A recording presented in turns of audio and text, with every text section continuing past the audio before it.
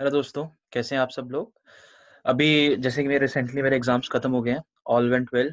कुछ एग्ज़ाम्स के रिज़ल्ट भी आ गए हैं और उसमें काफ़ी अच्छे रिज़ल्ट हैं मेरे। और यही रिज़ल्ट्स जो हैं ये एक्सपेक्टेड होते थे हर एक स्टूडेंट के लिए, तो उस हिसाब के रिज़ल्ट आ चुके हैं। तो ये जो वीडियो है ये है रिगार्डिंग आईएलटीएस कि आप लोग जो अपना आईएलटीएस का एग्ज़ाम है वो कैसे प्रिपेयर कर सकते हैं बेटर उसके लिए, कंडीशन के लिए। तो मेरा जो आईएलटीएस का स्कोर था वो था 777 तो ओवरऑल मेरे बैंड बन रहे थे 7 बैंड्स। ऑल्दो मैंने 1 महीने की प्रिपरेशन टाइम लिया था। I joined a centre called expert immigration in Ambala cantt और उनके थ्रू मैंने अपनी तैयारी करी थी। और जब मैं तैयारी कर रहा था मुझे काफ़ी सारी चीज़ें पता लगी जो मुझे उस टाइम पे नहीं पता थी। तो उसी के रिगार्डिंग मैं ये थोड़ी-सी वीडियो बना रहा हूँ। देखो आईएलटीएस में स्कोर करने के लिए हमारे पास 4 सेक्शन है। चारों के स्कोर करने के लिए अलग-अलग मेथोडोलॉजी है। इन कॉन्सेप्ट अगर आप अच्छा स्कोर लेना चाहते हो, चाहे आप एकेडमिक दे रहे हो, चाहे आप प्रोफेशनल दे रहे हो। और अगर आप अच्छा स्कोर करना चाहते हो तो आपको इस चीज़ का ध्यान रखना है कि आपको इंग्लिश वैसी ही बोलनी है, जैसे आप हिंदी बोल सकते हो।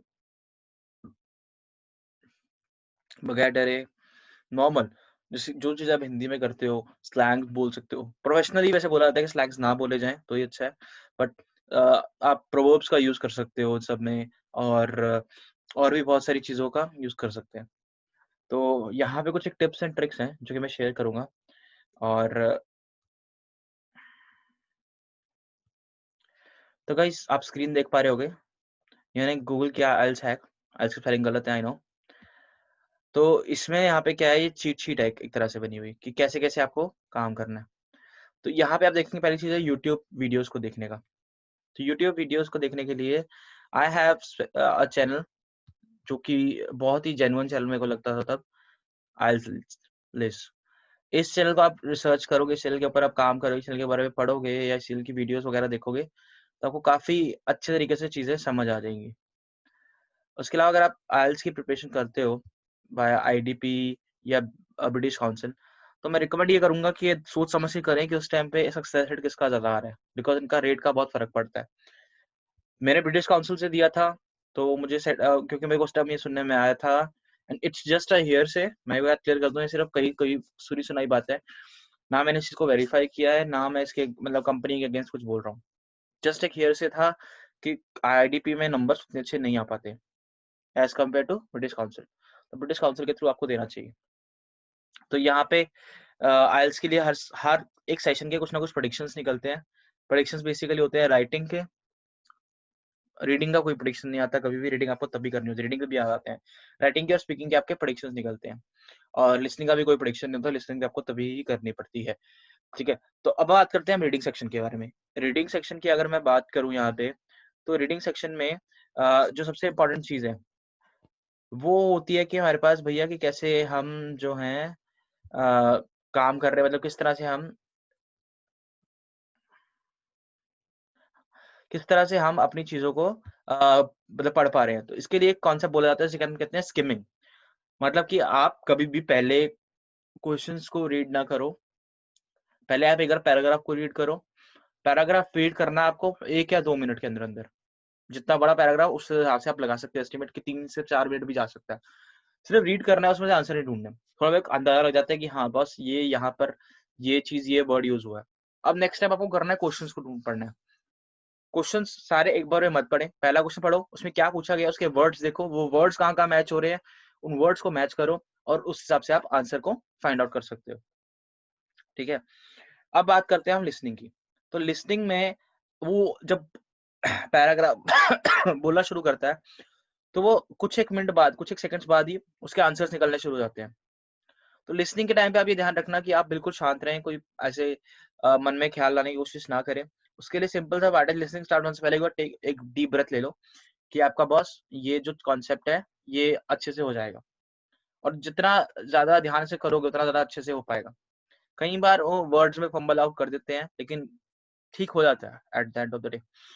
अब बात की जाए आपकी अ, रीडिंग पार्ट हो गया, लिसनिंग पार्ट हो गया, राइटिंग की। राइटिंग में ध्यान रखें कि आपका पैराफ्रेजिंग अच्छे तरीके से हो। डायरेक्ट कॉन्सेप्ट पे ना आए, घुमा-फिरा के आएँ मतलब कुछ एक प्रोवर्ब लिखें, कुछ एक स्टेटमेंट लिखें उस चीज़ के बारे में। मतलब जैसे हम 10वीं 11वीं में करते थे ना कुछ उस तरह से। हाँ, अगर आप 12th पास आउट हो या 10th पास आउट हो तब आ रहे हो तो आपके लिए सेक्शंस करने बहुत ईज़ी हैं। बट जैसे मैं ग्रेजुएट होके आया था तो मेरे लिए थोड़ा डिफिकल्ट हो गए थे, बिकॉज़ मैंने वो सब चीज़ों की प्रैक्टिस छूट गई थी मुझसे। तो मुझे बहुत प्रॉब्लम आती थी कि बॉस ये चीज़ ऐसे नहीं हो पाएगी या वैसे नहीं हो पाएगी, तो उस चीज़ को क्लियर आउट कैसे करूँ? तो इस चीज़ के लिए सॉल्यूशन यही था कि बॉस जितना ज़्यादा हो सके आपको लिख-लिख के देखना है, और लिख आप तभी सकते हो जब आप चीज़ों को पढ़ोगे।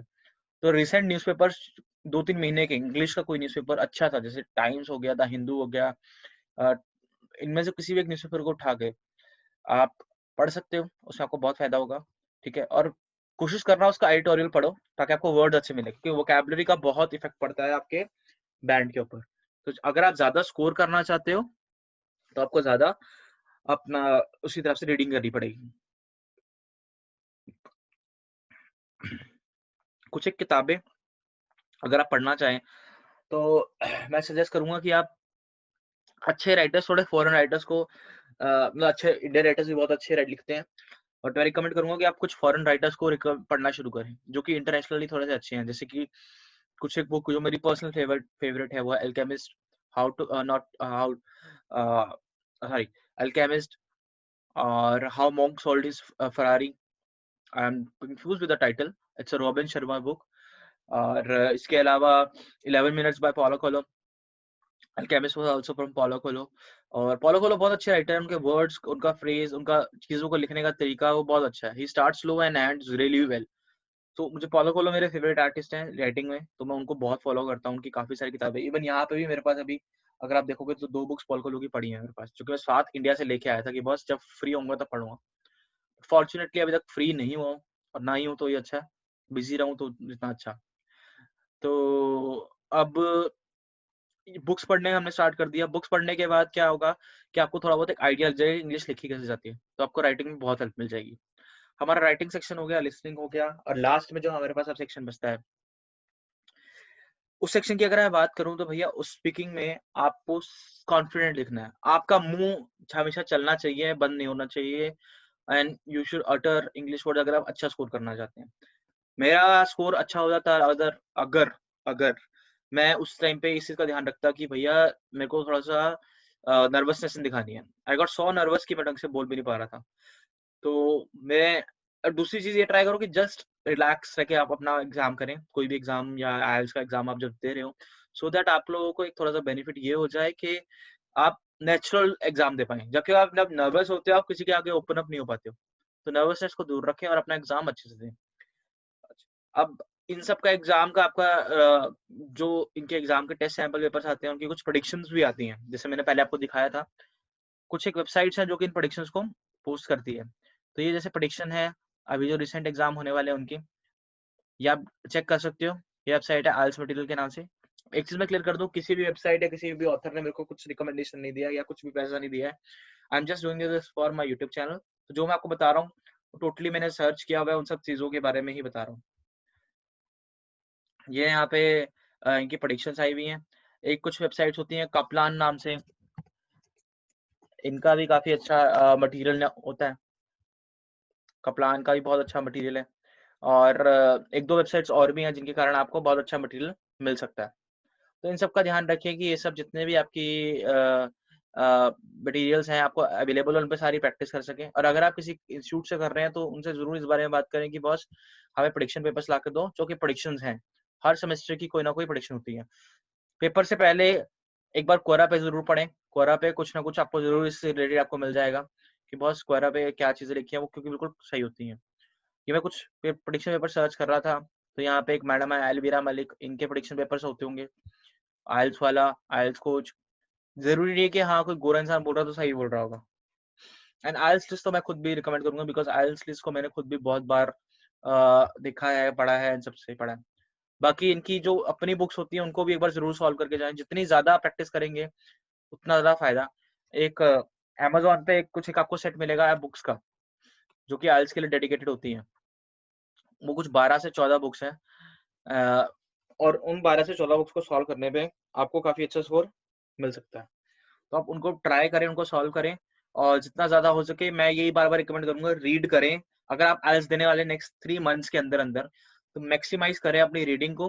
ज़्यादा से ज़्यादा टाइम रीडिंग को दें। चाहे आप मोबाइल पे ही रीड कर रहे हो, बट ब्लॉग्स पढ़ो लोगों के जिन्होंने एग्ज़ाम दिया है, या एग्ज़ाम्स की प्रेडिक्शन के बारे में पढ़ो। कुछ भी चीज़ पढ़नी है, इंग्लिश बोलो। जैसे एक फ़ेमस डायलॉग भी एक बॉलीवुड मूवी का है you have to talk in English, walk in English and also think in English. आप इन सब का ध्यान रखें और please subscribe to my channel guys. You मैं समझता हूँ कि हाँ, थोड़े से सब्सक्राइबर्स कम हो रहे हैं, तो उस चीज़ का ध्यान रखें कि थोड़े से बढ़ जाएँ, ताकि आपके सपोर्ट के कारण थोड़ा हम एक जो मोटिवेशन से वीडियो बना रहे हैं, वो कंटिन्यूटी में रहे। Thank you guys, all love, bye bye.